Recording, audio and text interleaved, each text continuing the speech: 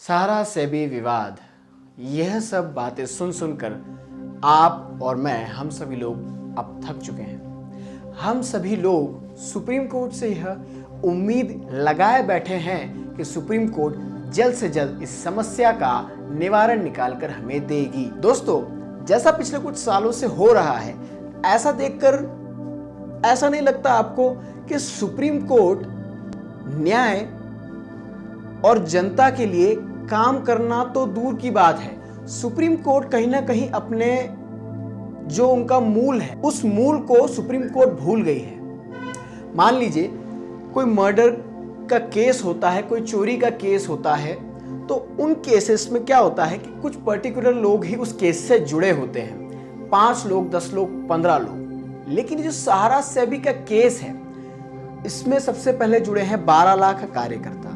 अब पर कार्यकर्ता कि अगर हम फैमिली के नंबर को निकालें तो उसके अलावा उसकी फैमिली में 3 से 4 लोग और हैं। तो यहां पर संख्या कितनी हो गई? 50 से 60 लाख हम संख्या मान सकते हैं कि 3 से 4 हमने काफी कम आंकड़ा पकड़ के हम चले हैं। तो 50 लाख लोग यहां हो गए और प्रत्येक कार्यकर्ता से अगर आप नई भी करें तो 50 से 100 जमाकर्ता तो जुड़े हुए हैं ही सही। तो यह संख्या करोड़ों में चली गई। मैं आपको अगर एक मोटा मोटा आंकड़ा बताऊं तो भारत में सहारा इंडिया के 5 से 10 करोड़ निवेशक हैं, जो कि भारत की जनसंख्या का एक बहुत ही बड़ा हिस्सा होता है। लेकिन यहां पर 10 करोड़ लोग सुप्रीम कोर्ट के पास गए, जो कि एक्चुअल में गए नहीं गए हमें नहीं पता है, सेबी के थ्रू गए या सेबी ने जबरदस्ती उन लोगों को मजबूर किया सुप्रीम कोर्ट के पास जाने के लिए। तो 10 करोड़ लोग सुप्रीम कोर्ट के पास जाते हैं कि हमारा जो भुगतान है वो हमें नहीं मिल पा रहा है, आप हमें हमारा भुगतान दिलवाइए, जिससे दिलवाने में सुप्रीम कोर्ट ने 8 साल का समय लगा दिया। मेरा मुख्यतः यह कहना है कि इस केस में सुब्रत रॉय सहारा को या फिर सहारा के जो अपर लेवल मैनेजमेंट है उनको सजा दिलवाना किसी भी प्रकार से न्याय दिलाना नहीं हो सकता, क्योंकि आपने इस प्रक्रिया को कर भी दिया। मान लीजिए आपने इनको सजा दिलवा दी, जेल में डाल दिया, तो क्या निवेशकों का भुगतान उन्हें मिल गया? नहीं, कहां मिला? अभी तक निवेशक अपने भुगतान के लिए रोज दर के धक्के खा रहे हैं, भटक रहे हैं, सारा के एजेंट परेशान हो रहे हैं। इस केस में न्याय, अगर हम केवल न्याय की परिभाषा देखें तो वह परिभाषा है निवेशकों को उनका भुगतान मिल जाना चाहिए, जिसे करने में, जिस न्याय को देने में सुप्रीम कोर्ट ने सालों लगा दिए और सालों से 5 से 10 करोड़ लोगों को परेशानी हो रही है, जिसका सुप्रीम कोर्ट को कोई ख्याल नहीं है। साथ ही सेबी की टैगलाइन है हर इन्वेस्टर की ताकत। मैं सेबी के किसी भी एम्प्लॉय से, सेबी के किसी भी अधिकारी से यह कहना चाहता हूं, सारा सेबी विवाद में एक इन्वेस्टर ऐसा लाके मुझे दिखा दे जो इन्वेस्टर कह सकता है कि हाँ, सेबी यहां पर मेरी ताकत बनी है।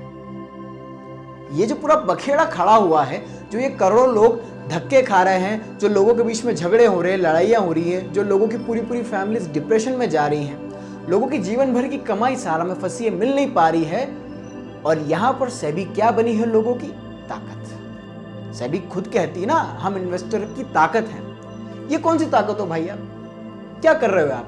आप ले दे के लोगों के लिए परेशानी खड़ी कर रहे हो और कोई नतीजा नहीं निकल पा रहा है। इस वीडियो को बनाने के पीछे मेरा केवल यह मकसद है कि सहारा को आपने कोस लिया, आपने जो आपके एजेंट्स हैं उनको आप अक्सर फोन लगाते रहते हो, कभी कभी तू में भी हो जाती है, लेकिन इन्वेस्टर जब तक सेबी और सुप्रीम कोर्ट से सवाल नहीं करेगा, मुझे नहीं लगता कि इस समस्या का समाधान निकल पाएगा। दोस्तों, मुझे ऐसा लगने लगा है कि ये जो केस है, इस केस में सुप्रीम कोर्ट ने जनता के विषय में एक बार भी नहीं सोचा, और यह बात मेरे हिसाब से अब साबित हो चुकी है। इतने साल हो गए हैं और जनता का इसमें कोई फायदा नहीं हुआ है, तो सुप्रीम कोर्ट किस प्रकार के न्याय में लगा है मुझे समझ में नहीं आता। सुप्रीम कोर्ट को ऐसा लग रहा है कि मैं तो केवल जो इसमें गलत है, जो चीज़ें सही नहीं हुई है, उसके लिए जो जिसे सज़ा देनी है उसे सज़ा दिलवाएंगे और उसके बाद धीरे धीरे लोगों का भुगतान दिलवाएंगे, जो कि मेरे हिसाब से, मैं केवल अपनी यहाँ पर राय दे रहा हूँ, मेरे हिसाब से किसी भी प्रकार से कोई न्याय का स्वरूप इस केस में नहीं है। न्याय का स्वरूप इस केस में केवल एक है, निवेशकों का पैसा जल्द से जल्द उन्हें मिले। उसके बाद भले ही आप इस केस को कितने भी साल चलाइए, जो गलत है उसे कितने भी सालों बाद सजा दीजिए आप, लेकिन सबसे पहले निवेशकों का पैसा आपको दिलवाना पड़ेगा। मेरा सहारा के सभी निवेशकों से, उस वीडियो के दर्शकों से यह कहना है, इस केस में सर्वोपरि सहारा के निवेशक और कार्यकर्ता हैं, उसके बाद सारी चीजें आती हैं। और जो सर्वोपरि है इस केस में, जिनका सबसे ज्यादा ध्यान रखा जाना चाहिए, उनका ध्यान सुप्रीम कोर्ट ने नहीं रखा है। साथ ही सेबी को जिसलिए खड़ा किया गया था कि इन्वेस्टरों को, निवेशकों को और उनके पैसों को बचाया जा सके, उसकी बजाय यहां पर सेबी उल्टा काम करती हुई नजर आ रही है, ऐसा मुझे लगता है और ऐसा आप में से भी काफी लोगों को लगा होगा। अंत में मैं बस यही कहना चाहता हूं, जितने भी निवेशक हैं उनको सेबी और सुप्रीम कोर्ट से सवाल करना पड़ेगा, उसके बाद ही कोई ना कोई निर्णय इस केस में निकलेगा। इस वीडियो को देखने के लिए आपका बहुत बहुत धन्यवाद।